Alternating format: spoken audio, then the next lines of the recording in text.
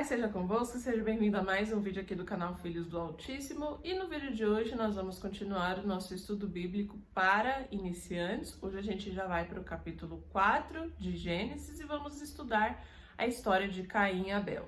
Para que não fique muito extensa e monótona a nossa leitura, então a gente vai dividir aqui o capítulo 4, então vamos lendo parte em parte, fazendo a exposição, as aplicações para a nossa vida e por aí encerrando o texto. Então eu queria que você iniciasse comigo lendo Gênesis capítulo 4, do versículo 1 até o versículo 7. Então, pega sua Bíblia e vamos lá.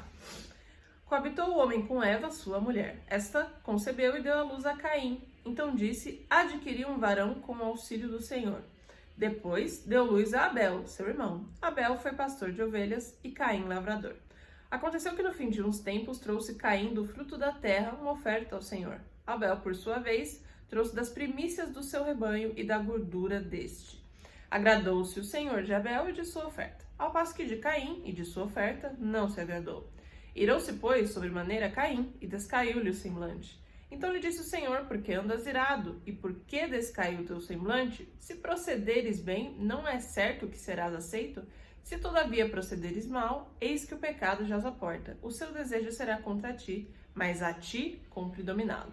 Bom, nós começamos então a nossa história, Adão e Eva expulsos do jardim do Éden. Importante mencionar isso e vai ficar um pouco mais claro adiante no texto. Eles ainda estavam na região do Éden, porém já não mais no jardim desde que houve o pecado.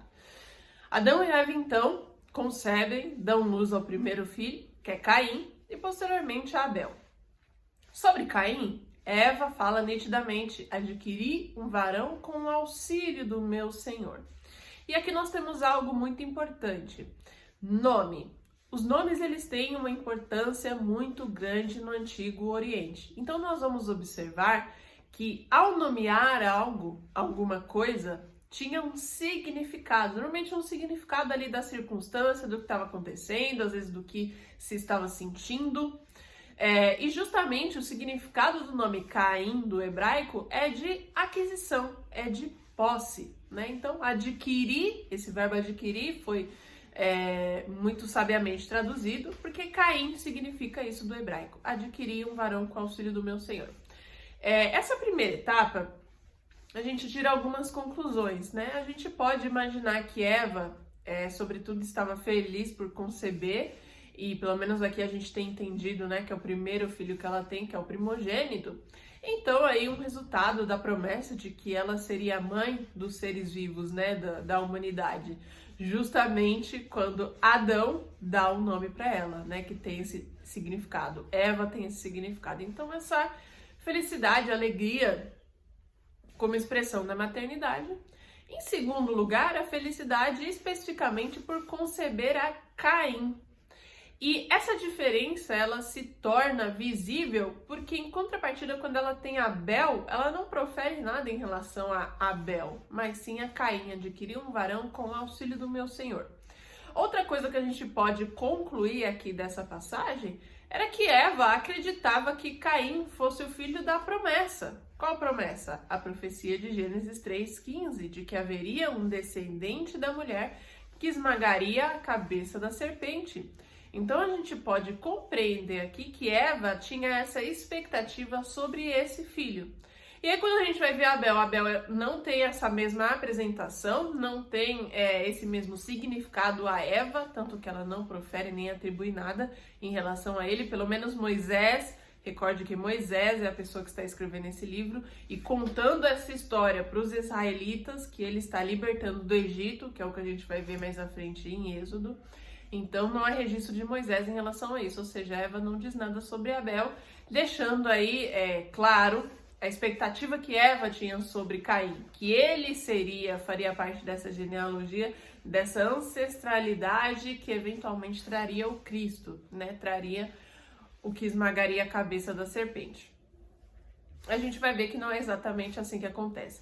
E Abel, se você for procurar o significado do nome Abel, de novo, aqui Eva não atribui nada a ele, mas Abel, né, trazendo do hebraico, significa fragilidade, significa vaidade, ou seja, né, até o significado do nome dele é um pouco qualquer coisa, digamos assim. Outra importância dos nomes, de novo retomando isso, lá no Antigo Oriente, saber inclusive o nome da pessoa era saber um pouco da sua personalidade, um pouco do seu caráter, justamente porque nomes tinham significado. A gente também vai ver isso no discorrer aqui e no transcurso de Gênesis. E outra coisa muito importante sobre os nomes, que Deus, quando quer mudar a história de alguém, ou quando Deus faz uma profecia, uma aliança sobre alguém, dependendo de quem é a pessoa, ele até muda o nome da pessoa, trazendo, ou seja, um novo significado, como se a partir daquele momento a pessoa mudasse ou renascesse. A gente vai ver Abrão se tornará Abraão, Sarai se tornará Sara, Jacó se tornará Israel, ou seja, há uma mudança no significado do nome da pessoa, como se a pessoa tivesse agora uma nova identidade. Então os nomes eles têm essa importância e a gente também vai ver que historicamente os nomes eles tinham muita importância no Antigo Oriente, porque nós vamos ver que até mesmo poços se cavava e se dava um nome, montanhas, colinas, né? Vai seguir aí esse padrão. Então os nomes eles vão ter essa importância para nós. Seguindo aí nosso texto, no versículo 3, vai dizer que no fim dos tempos trouxe Caim uma oferta ao Senhor. Né? Esse no fim dos tempos, ele pode gerar aí algumas interpretações, como por exemplo, no fim dos tempos talvez quisesse fazer referência ao sábado, que é o dia de descanso e que é o dia de servir ao Senhor. Caim e Abel muito provavelmente saberiam isso, porque, claro, Adão e Eva contariam essa história a eles, a história de como foram criados, que Deus descansou no 7º dia, né? Então, essa já seria uma cultura trazida por Adão e Eva, os pais, a Caim e Abel. Então, uma interpretação aqui muito cabível é que talvez nesse 7º dia, né, no fim dos tempos, Caim trouxe essa oferta. Ou também alguns outros interpretam de que no fim dos tempos, talvez no final da colheita de Caim, foi que ele trouxe a oferta, foi que ele retirou a oferta. Isso também vai fazer sentido tanto quanto a alusão aí ao sábado, como nós vamos ver adiante. Porque justamente acontece que, em contrapartida, Abel tira das primícias do seu rebanho, então ele tira da primeira parte. Então também esse no fim dos tempos, a gente pode interpretar corretamente, né, tanto quanto, de que seria ali do final, né, Caim tirou ali do final. Também é dito as primeiras profissões aqui na Bíblia, né, lavrador, para o caso de Caim, que também vai ser importante mais à frente, quando nós formos ver o castigo que Deus vai dar para Caim, e Abel, que era pastor de ovelhas, se tornou pastor de ovelhas. Então vamos imaginar aqui como é que estava. Adão e Eva pecaram, foram expulsos do jardim do Éden, viviam na região do Éden. O que se tinha ali para fazer, né, nesse início da humanidade? Tinha que realmente cuidar da terra, fazer a agricultura da terra, né, colheita justamente para se alimentar e cuidar dos animais. Era o que havia ali para fazer. Então, Caim foi fazer uma parte, a parte ali mais em relação à agricultura, e Abel foi fazer outra parte, cuidar e pastorear os animais, ok? E aí, continuando então aqui a nossa interpretação, Abel, contrariamente a Caim, ele vai ofertar ao Senhor de suas primícias, ele vai queimar a gordura. Isso é tão importante que mais à frente, na construção do tabernáculo, coisas que a gente vai ver lá em Êxodo, o Senhor ele vai falar justamente do holocausto ali dentro, que era queimar o animal. Isso vai ser muito importante.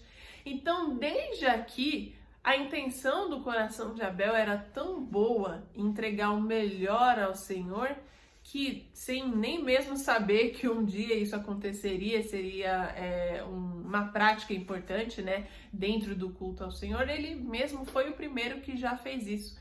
Trouxe das primeiras coisas, das suas primícias.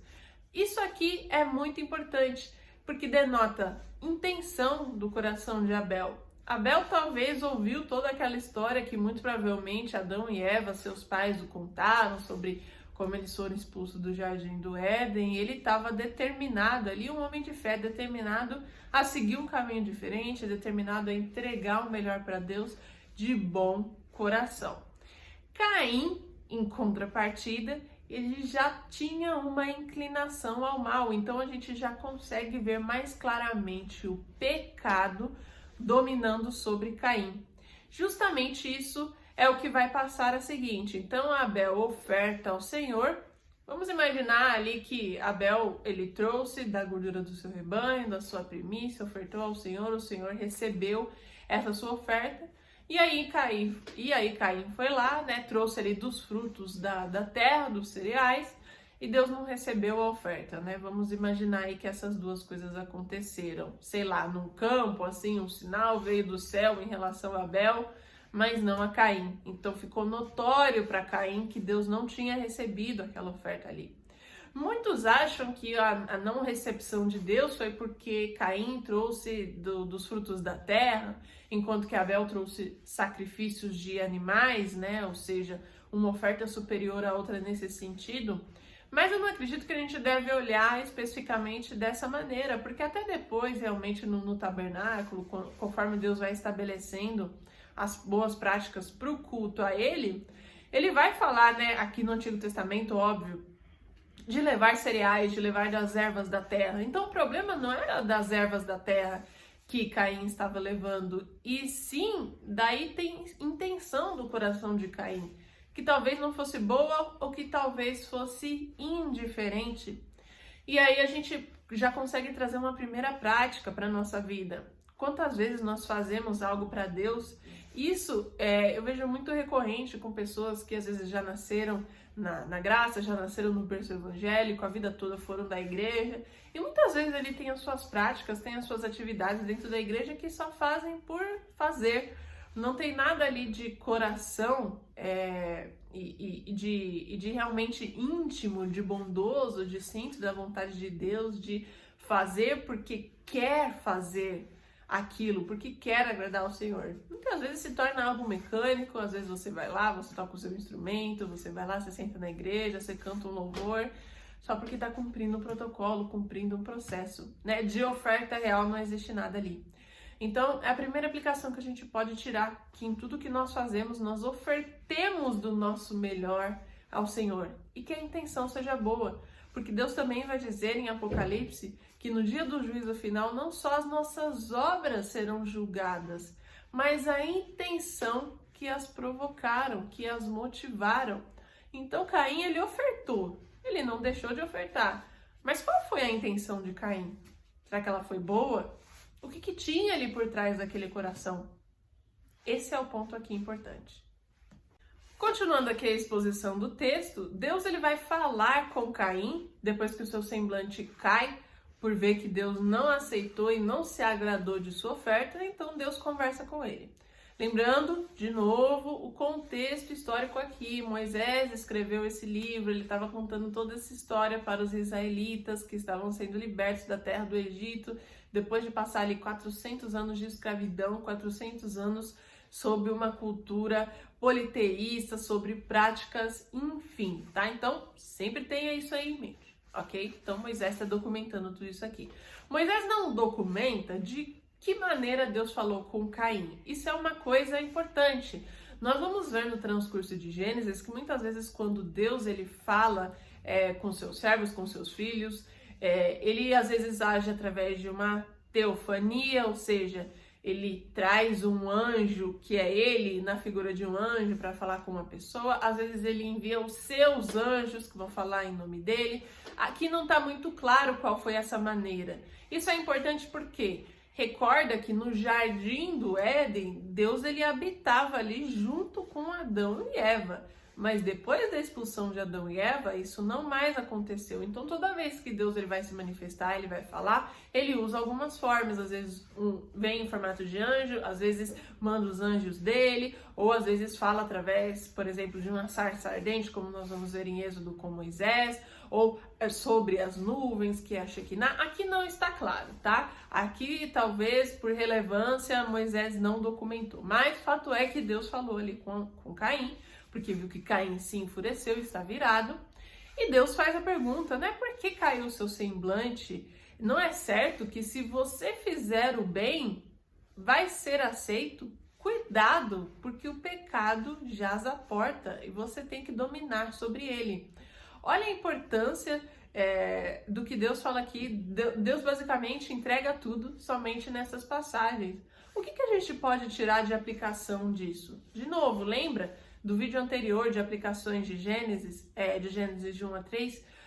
A nossa porta ela é estreita porque é passar todos os dias desde que nós aceitamos Jesus, desde que nós optamos por seguir Jesus, por seguir a Cristo,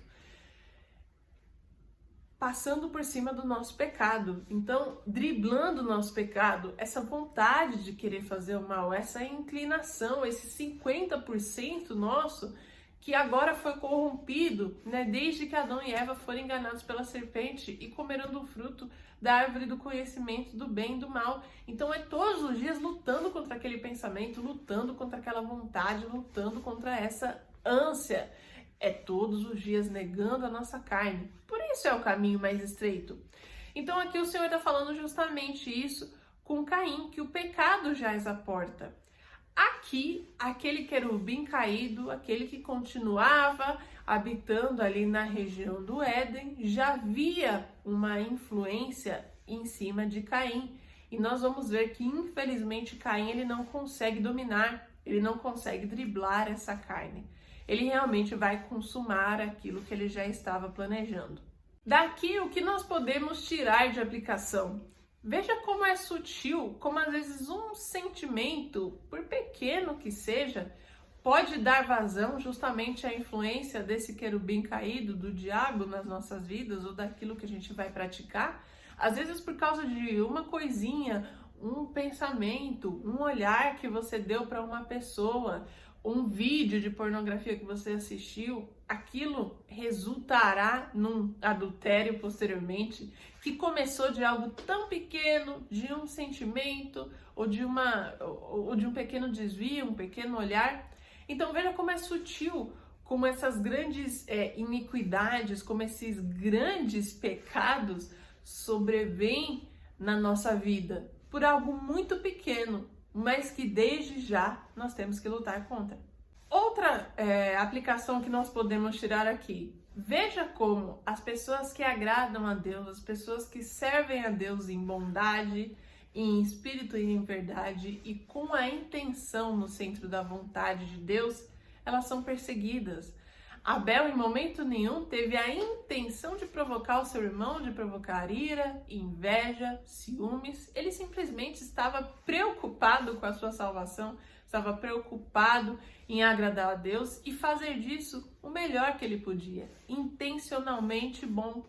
E veja como as nossas melhores intenções para aquele que não está com a presença de Deus ou para aquele que vai se sobrepor a nós, vai nos olhar com maldade, vai nos olhar com más intenções.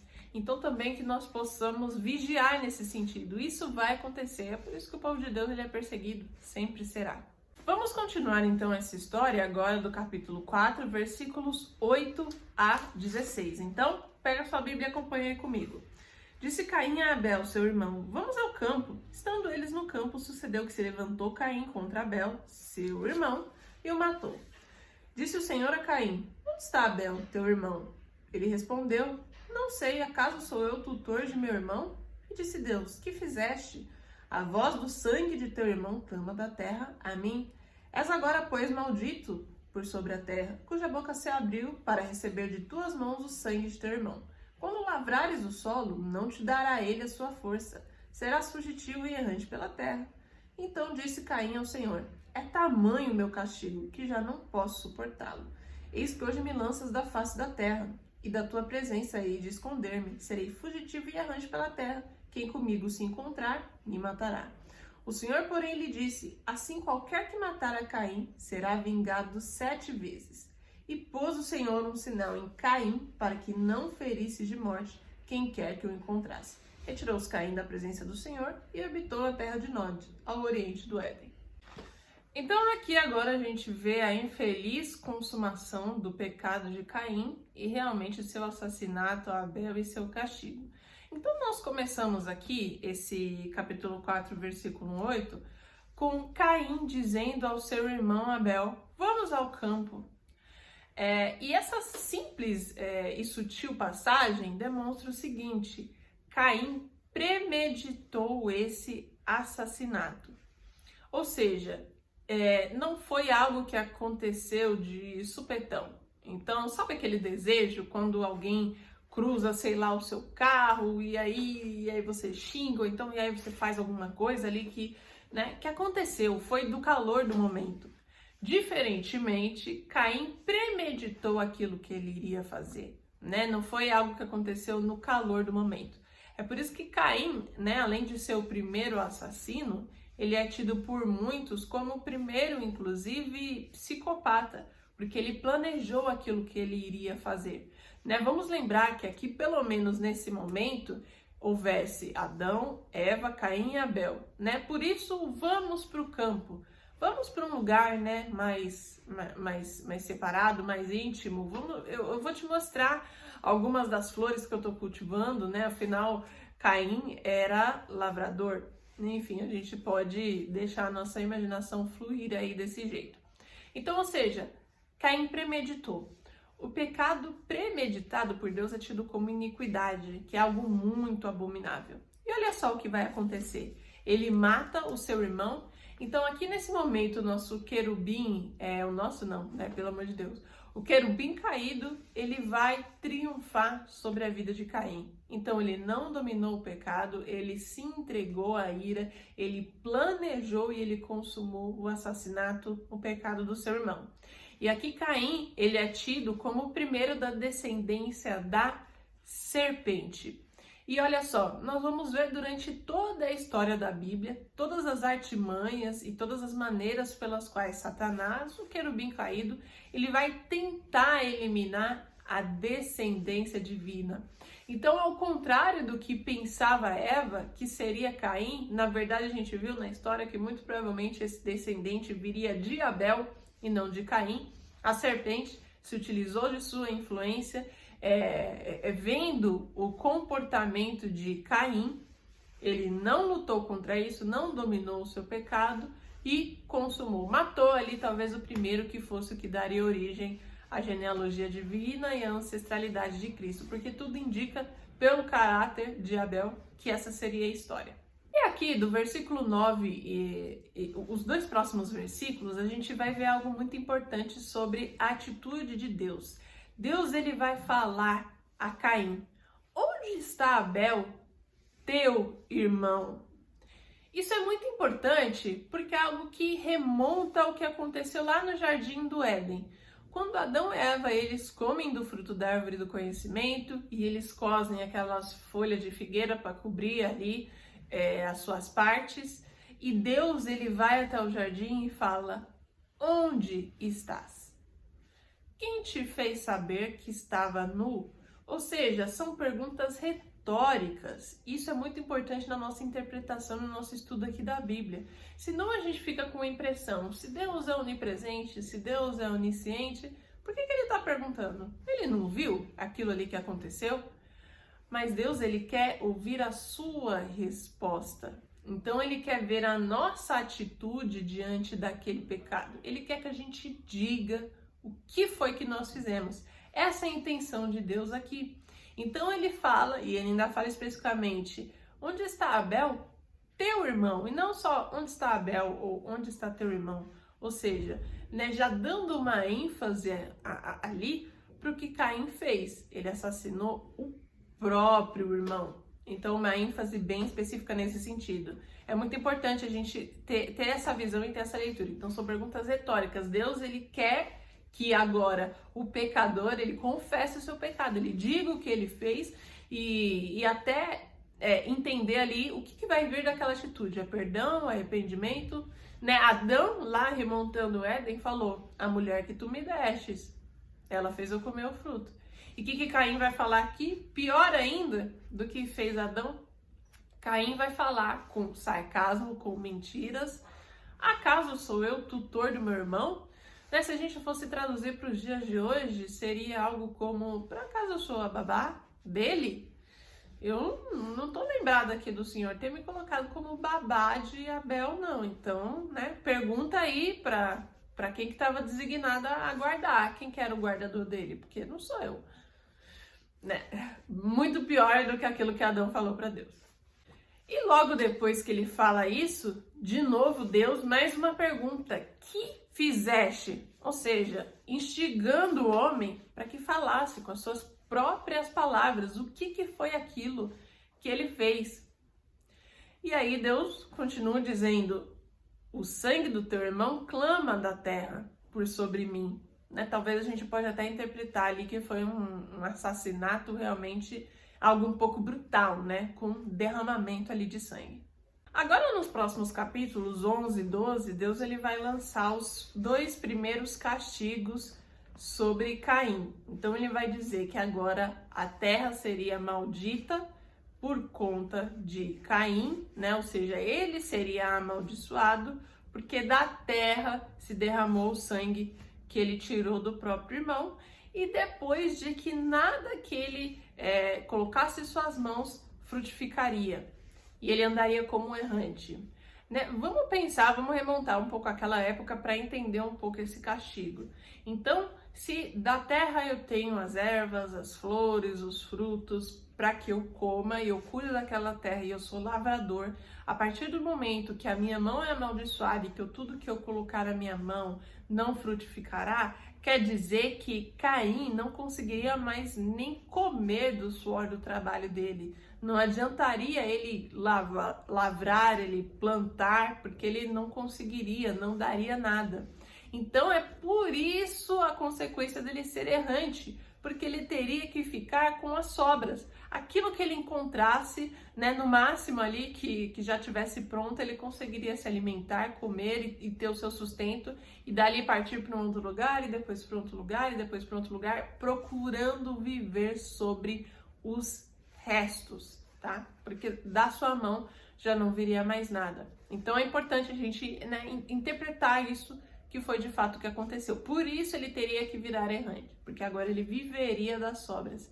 Interessante esse castigo, porque esse mesmo que estava dando das sobras ao Senhor, através da sua oferta lá no princípio, agora viveria delas como seu sustento. E continuando aí nossa história, Caim depois vai virar para Deus e vai dizer: é tamanho o meu castigo que eu já não consigo suportar. Por quê? Ele se tornou errante e quem o visse certamente o mataria, né? E aí também a gente vai interpretar algumas coisas. Primeiro de tudo, essa fala de é tamanho meu castigo que já não consigo suportar, nós percebemos mais uma vez o caráter de Caim, o não arrependimento e o fato de não querer se submeter e não pedir perdão ou a misericórdia de Deus.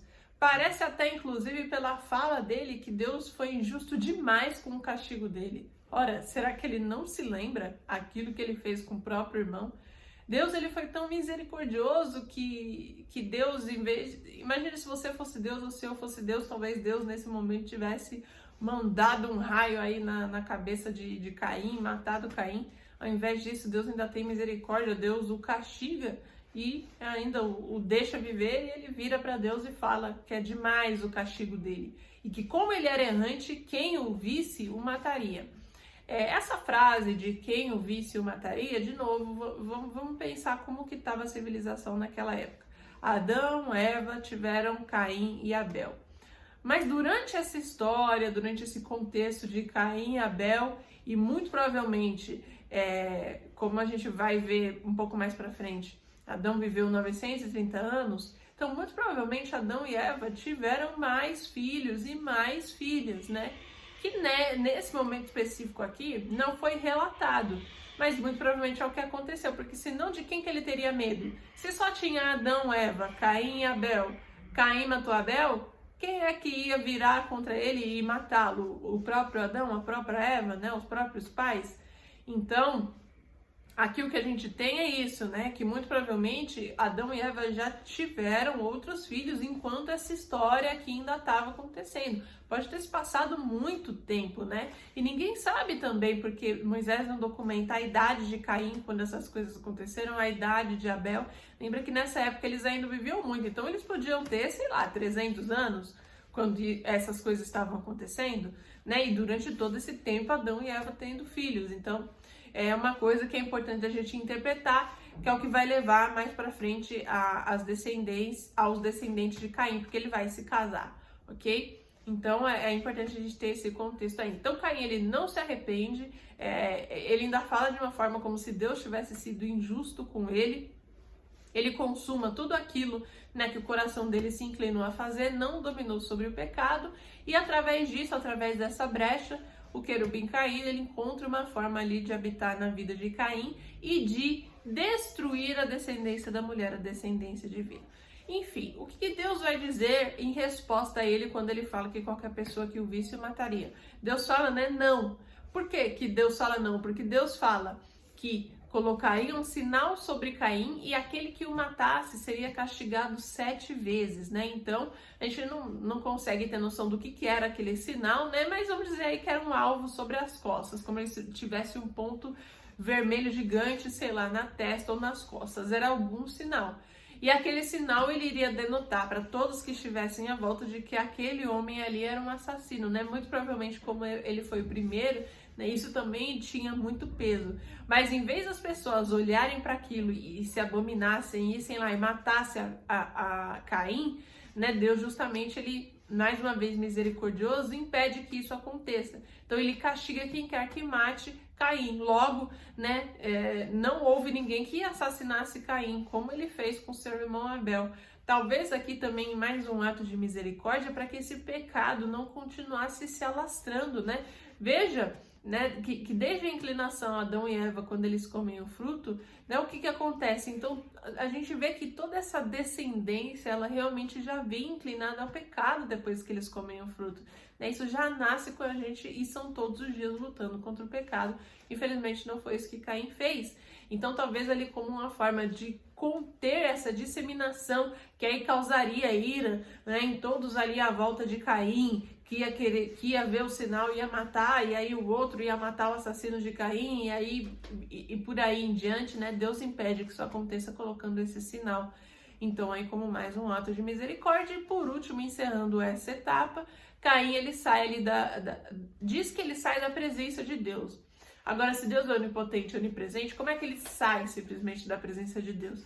A gente pode interpretar que ele simplesmente saiu daquela região do Éden, que é onde estava Adão e Eva, e consequentemente ali os primeiros filhos e tal, e foi para outra região, que é a região aí do norte. Vamos agora então já para a última parte, a última etapa aqui do capítulo 4 de Gênesis, que agora vai contar a história dos descendentes de Caim. Então acompanha aí comigo com a sua Bíblia. E coabitou Caim com sua mulher, e ela concebeu e deu à luz a Enoque. Caim edificou uma cidade, e lhe chamou Enoque, o nome de seu filho. Enoque nasceu-lhe Irade, Irade gerou a Meujael, Meujael a Metusael, a Metusael a Lameque. Lameque tomou para si 2 esposas, o nome de uma era Ada e outra se chamava Zilá. Ada deu à luz a Jabal, este foi o pai dos que habitam em tendas e possuem gado. O nome de seu irmão era Jubal, este foi o pai de todos os que tocam harpa e flauta. Zilá, por sua vez, deu luz a Tubal-Caim, artífice de todo instrumento cortante de bronze e de ferro. A irmã de Tubal-Caim foi Naamá.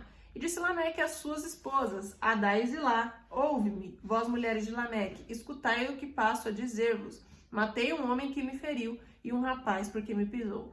7 vezes se tomará a vingança de Caim.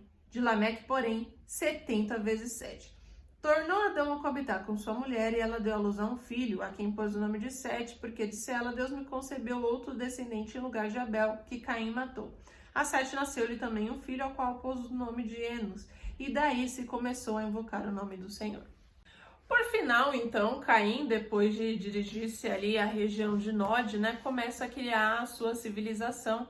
Então, ele se casa e tem filhos. Primeira questão aí sobre esse se casar. Lembra que a gente estava falando que muito provavelmente enquanto essa história acontecia, Adão e Eva tiveram outros filhos e outras filhas, justamente isso aconteceu. Então, se Caim se casou, ele se casou, obviamente, com uma irmã, muito provavelmente, tá? E é assim que vai se dar os primeiros casamentos, né? Aqui no Antigo Testamento, porque justamente não havia outra maneira de se casar se não fosse justamente ali com o seu irmão.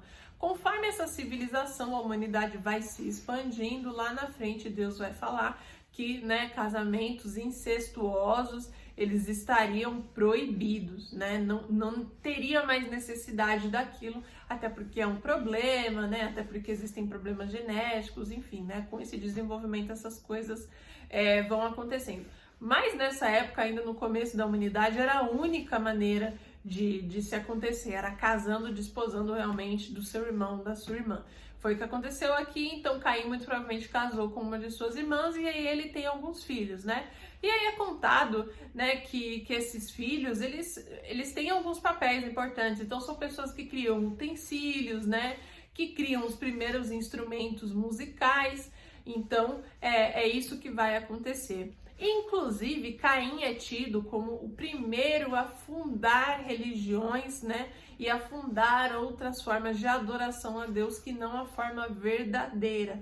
Então, isso começa aqui na linhagem de Caim. E a gente vê que é uma linhagem muito corrompida pelo pecado, né? Tanto que Lameque, e aí é a segunda parte aqui desse trecho que é válido destacar, Lameque, que é um dos filhos de Caim, ele também se torna assassino e ele conta as suas duas esposas que matou um homem que o pisou, e ele ainda faz isso aqui em forma, né, de poesia, pelo menos na Bíblia que eu tenho aqui na tradução, a forma como ela está escrita denota que esse estilo, né, ele foi dito de uma forma cantada ainda, né, de uma forma como se fosse quase uma poesia. Ele conta, né, que ele matou um homem que o feriu, que o pisou, enfim, né. E se Caim era 7 vezes castigado, Lameque seria 70 vezes 7. 70 vezes 7 são 490, tá? Isso aí tem a ver com as 70 semanas de Daniel, que a gente não vai entrar aqui agora, porque isso tá mais na parte escatológica, lá no final, quando a gente já tá chegando em Apocalipse. Mas só para você entender o que 70 vezes 7 quer dizer, 490. 490 é o tempo até a vinda de Cristo, então até ao nascimento dele. Depois que ele ressuscita, 490 conta até o retorno de Cristo, ou seja, até a volta dele para nos buscar aqui. Então, para que você entenda, quando fala 70 vezes 7, basicamente o que está querendo dizer é sua vida toda. Sua vida toda. Então, a vida toda ali de Lameque, ele seria 70 vezes 7 mais castigado do que foi Caim, né? Ou seja, até denotando ali que Lameque fosse ainda pior, tinha um caráter pior que o de seu pai. E outras coisas que traz aqui, não só que Lameque também seria um assassino, então a gente tem muito claro aí que de Caim vem realmente a descendência da serpente e que sempre vai existir a descendência divina e a descendência da serpente. Aqui na Bíblia especificamente, a gente tem essas histórias como muito importantes, porque da descendência divina separada é que vai vir a ancestralidade, a pessoa que vai trazer futuramente a vinda de Cristo, né? Que vai gerar até os pais ali, Maria, enfim, né? A genealogia de Cristo. Mas para o nosso contexto de hoje em dia, a gente também consegue trazer essa aplicação. Sempre vai existir aqueles que são os descendentes, né, de Cristo, os filhos, os servos, aqueles que escolhem servir a Deus, né, de coração, de bondade, de fé, como fez Abel, e aqueles que são da descendência da serpente, que vão seguir o caminho contrário, que vão professar religiões que não são o culto verdadeiro a Deus, que não servem ao Deus verdadeiro, que inclusive se entregam e se consomem no pecado, tá? E essas duas linhagens, a divina e a da serpente, sempre hão de conflitar. É o que a gente pode trazer aqui também. Ainda sobre Lameque, uma coisa muito importante aqui é que ele se casa com duas mulheres, né? Aqui, ó, Ada e Zilá. Essa é outra coisa importante. No vídeo anterior nós falamos das aplicações de Gênesis e que o Senhor, quando criou Adão e Eva, estabeleceu o casamento monogâmico heterossexual. Aqui é o primeiro exemplo de poligamia que nós vamos ver e que vai, né, se alastrar aí conforme a humanidade vai se espalhando, essas coisas elas vão acontecendo, inclusive no Antigo Oriente era uma prática não tão incomum assim, mas que vai contra, né, aquilo que Deus estabeleceu. Inclusive, né, contado aqui a primeira poligamia justamente da descendência caída, a descendência de Caim é que traz isso como prática, que não era da vontade de Deus, né? Não é para um homem desposar duas mulheres. É somente um homem e somente uma mulher. né? E por último, depois que todas essas coisas acontecem, aí é contado, né, que Adão e Eva têm um outro filho que aí sim é o que continua a genealogia divina, que é o Sete. E inclusive Eva fala que ele veio em lugar do seu descendente Abel. Então aqui Eva, né, tem essa consciência de que aquilo que a princípio ela achou que era, no final das contas virou tudo ao contrário, né? Veja como os pais, eles não têm um controle total ou talvez tenham um controle muito limitado daquilo que os filhos vão se tornar. Então é muito importante ter cuidado com predileção de filhos ou com as expectativas que se colocam em cima dos filhos, porque aquilo que primeiro ela pensava se inverteu totalmente. Era Abel, na verdade, um homem de fé, um homem de coração puro e bondoso, né, que oferecia o melhor ao Senhor e que talvez seria a pessoa que traria a genealogia divina, muito ao contrário do que ela pensava, que seria Caim, que na verdade foi da descendência da serpente. Então aí, a partir de Sete, então vamos organizar aí, né, a nossa linha do tempo. Existência de Deus, criação um dia dos anjos e dos seres celestiais, criação da terra, de tudo que existe na terra, criação do homem e da mulher. O homem e a mulher pecam, né? Adão e Eva têm Caim e Abel. Caim mata Abel. Aí Caim começa a ter os seus descendentes, a ter filhos e filhas. E por último, Adão e Eva têm Sete, que seria o que continuaria a genealogia divina. Então agora nós estamos parados em Sete. E aí em Enos, né, especificamente, que é o filho de Sete, que vai contar aí no versículo 26, que começou a invocar o nome do Senhor. Então, muito explícito que essa é a genealogia que vai continuar aí para a genealogia divina. E por último aqui, de aplicação que a gente pode tirar, né, nós vimos que, né, então Caim, ele foi a pessoa que começou a segregar outras religiões, outras formas de culto a Deus, né, então, ou seja, o primeiro é disseminar a enganação, porque só existe, né, um único Deus. Então, ele foi o primeiro a ter essas práticas.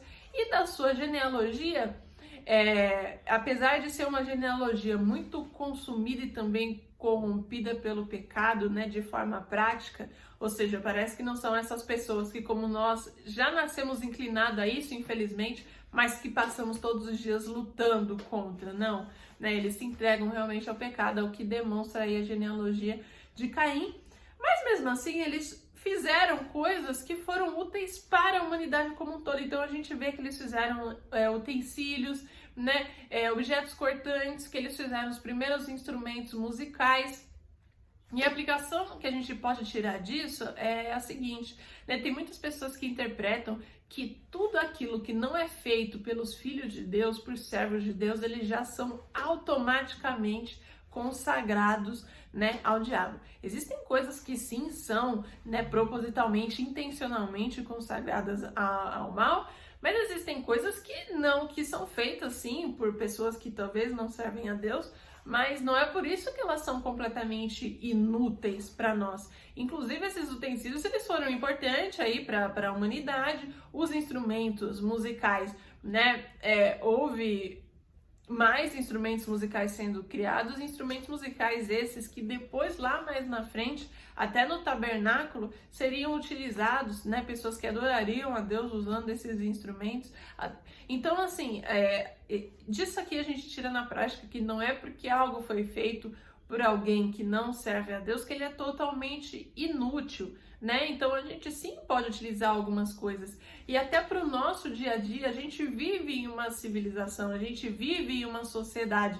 A gente não pode ser 100% estranho à nossa sociedade, não pode ser um bicho de 7 cabeças, porque nós somos cristãos. Existem coisas que sim são úteis para a nossa vida e existem coisas que não. Então a gente tem que saber separar o joio do trigo, né? Tem gente que leva algumas coisas muito a ferro e fogo. Então todas as músicas que não são músicas cristãs são músicas automaticamente do diabo. Aquilo foi consagrado ao diabo, né? Não necessariamente é assim, a gente precisa usar da nossa racionalidade, né? Então eu, por exemplo, não sou uma dessas que acredito que, né, nesse exemplo da música, que todas as músicas que não são gospel são automaticamente, né, do diabo. Eu não acredito nisso. Então a gente precisa saber separar aquilo que vem da sociedade, que às vezes vem de pessoas, enfim, de uma descendência igual aí a de Caim, né, que não tinha nada de muito bom, mas que fez aquilo pode ser útil para nós. E a gente também, claro, pode consagrar, pode orar aquilo para que não seja